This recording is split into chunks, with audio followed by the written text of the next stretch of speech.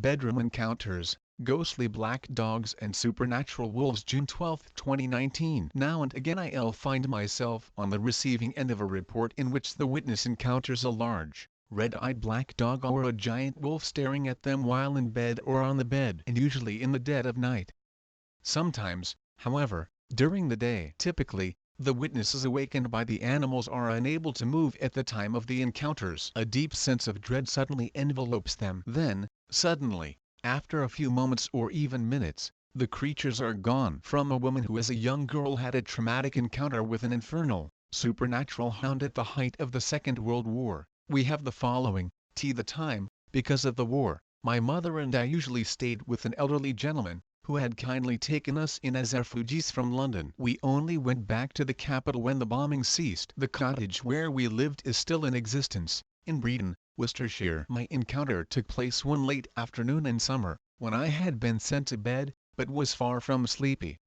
She continued, was sitting at the end of the big brass bedstead, playing with the ornamental knobs, and looking out of the window, when I was aware of a scratching noise, and an enormous black dog had walked from the direction of the fireplace to my left. It passed round the end of the bed, towards the door. As the dog passed between me and the window, it swung its head round to stare at me. It had very large eyes, which glowed from inside as if lit up, and as it looked at me I was quite terrified, and very much aware of the creature breath, which was warm and as strong as a gust of wind. The animal must have been very tall, as I was sitting on the old-fashioned bedstead, which was quite high, and our eyes were level. Funnily enough, by the time it reached the door, it had vanished. I assure you that I was wide awake at the time, and sat on for quite some long while wondering about what I had seen, and to be truthful, too scared to get into our bed, under the clothes and go to sleep. I clearly remember my mother and our host, sitting in the garden in the late sun,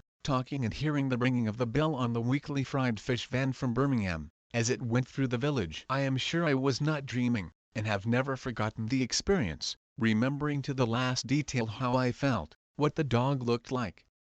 Moving on. The unfortunate was an occultist, mystic, and the author of a number of acclaimed works, and whose real name was Violet Mary Firth. Fortune, who died in 1946 at the age of 55, was someone who was skilled at creating monsters in the mind and who then unleashed them into the world around her. Fortune made it very clear, however, that creating a mind monster rarely has a positive outcome. It is something that each and every one of us should take careful heed of. Her story is as fascinating as it is disturbing. The artificial elemental is constructed by forming a clear-cut image in the imagination of the creature it is intended to create, ensouling it with something of the corresponding aspect of one's own being, and then invoking into it the appropriate natural force. This method can be used for good as well as evil, and guardian angels are formed in this way. It is said that dying women, anxious concerning the welfare of their children, frequently form them unconsciously. I myself once had an exceedingly nasty experience in which I formulated a werewolf accidentally. Unpleasant as the incident was,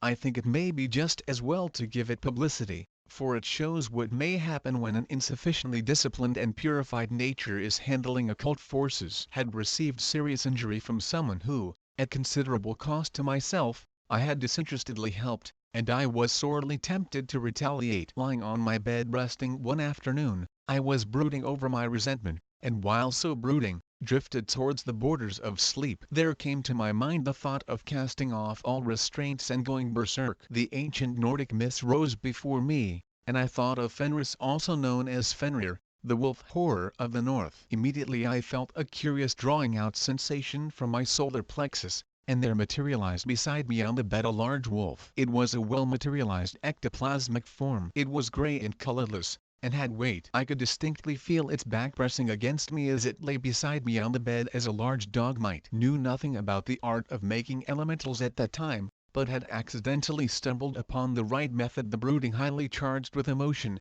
the invocation of the appropriate natural force, and the condition between sleeping and waking in which the etheric double readily extrudes. Altogether, I have 11 cases in my files of sightings by the bed of large black dogs with blazing red eyes and supernatural wolves. Of course, the skeptic would very likely say that because the encounters occurred in bedrooms and so often well into the early hours of the morning, the witnesses were just having particularly vivid dreams. And as for the inability of the witnesses to move, It may be suggested that sleep paralysis is the culprit. Perhaps so. But, in all of the cases, and why so many deeply similar incidents, in terms of the specific appearances of the creatures that are encountered time and again, nightmares or nightmarish creatures, it a question I ponder on.